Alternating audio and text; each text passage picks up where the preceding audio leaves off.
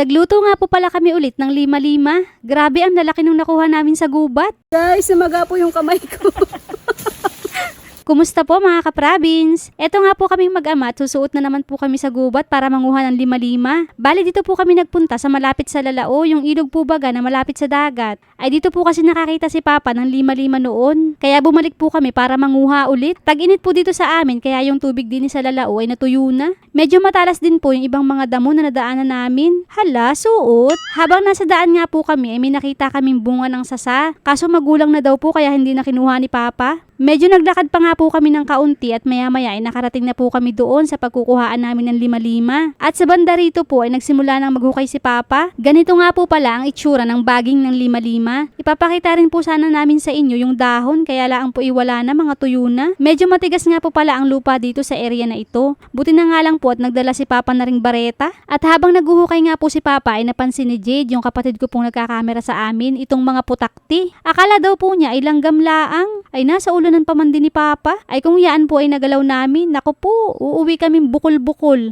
Baka mas malala pa po ang itsura namin kaysa din sa lima-limang nahukay namin. Ipinagpatuloy pa rin nga po namin ang paghuhukay kahit alam naming may mga putakti sa paligid. Basta wag nga lang daw pong magagalaw ay safe naman daw po kami, sabi ni Papa. Pinag-uusapan nga po namin dito kung paano kami tatakbo in case na magalaw at habulin kami. Biniro ko nga po si Jed pagka sa kamay kako ako nakisot. Guys, sumaga po yung kamay ko. Eto nga po't wala na namang magawa rin camera woman ko ay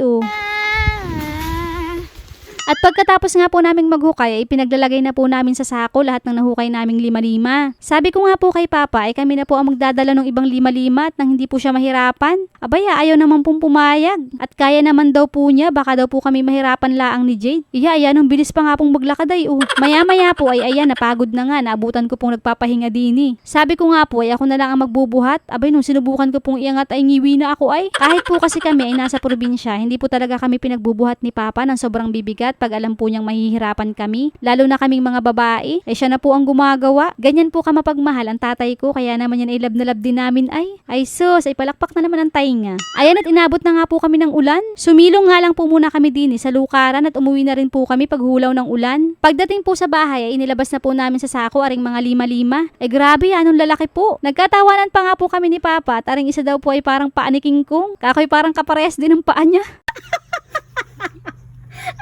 Wala mang pagkakaiba sa paa mo. Sabi po ni Papa, iba pa daw po yung burot, tugi, lami, saka yung ubing puti sa lima-lima. Halos parehas lang po talaga ang itsura nila pero magkakaiba daw po lalo na sa lasa. At ang isa pa daw pong pagkakaiba na ring lima-lima sa mga nabanggit ko kanina, nagbubukol-bukol daw po ang lima-lima pagka sa matigas na lupa tumubo. Pagkatapos nga pong mabalatan ay hinugasan ko na po at isinalang na rin po agad ni Papa. At habang nakasalang po ang ating lima-lima ay magluluto naman po ako ng coco jam o yung tinatawag na santan dito po sa amin. Pinakulo ko nga po muna yung gata tapos inilagay ko na po itong sangkaka. Kalahati nga lang po ang ginamit ko. At nung ganito na nga po ang itsura ay naglagay na po tayo ng alangan o yung bata-batang niyog. Sa Marinduque po ay niyog na bingi. At pagkaluto po ng ating lima-lima at santan ay ito po at inilagay na natin sa dahon ng saging. Ibinuhos ko na nga rin po dyan itong ginawa nating coco jam na may niyog. Maya-maya po ay tinawag ko na nga po ang buong tribo at nang makakain na. Buong tribo. Ay siya, tara na po mga ka-province, kain po tayo. Salamat sa Diyos sa biyaya sa araw-araw. Sa ibang lugar po, pakain laang po ito sa baboy pero ganun pa man isang karangalan sa akin na makakain ng lima-lima dahil ito po ang nagtabid kila Papa noon sa gutom nung bata pa siya sa mga panahong wala silang ibang makain. Grateful din po ako na natikman ko to kahit ngayon na hindi naman kami nagugutom at may iba naman po kaming pwedeng kainin. Para ko na rin nadamayan si Papa sa kalam ng sikmura niya noon ngayong sabay na kaming kumakain ito. Salamat sa Diyos dahil may lima-limang tumutubo sa kung saan-saan na nagtawid sa Papa Pidoy ko noon sa gutom. Ay siya, sige na po bago pa po ako maiyak din eh. Hanggang dito na lang po muna mga ka-province.